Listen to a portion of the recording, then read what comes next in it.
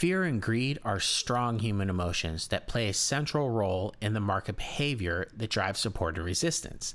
This is so important on a market level that companies like Alternative.me attempt to track and measure emotion by distilling it down into a number from several indicators, into a fear and greed number that you can simply read.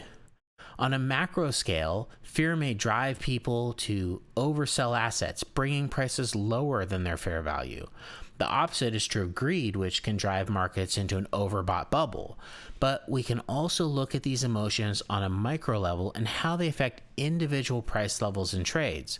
There are 3 types of emotional people in any trade: bulls who believe the price will rise, bears who believe the price will fall, and those who are neutral or undecided.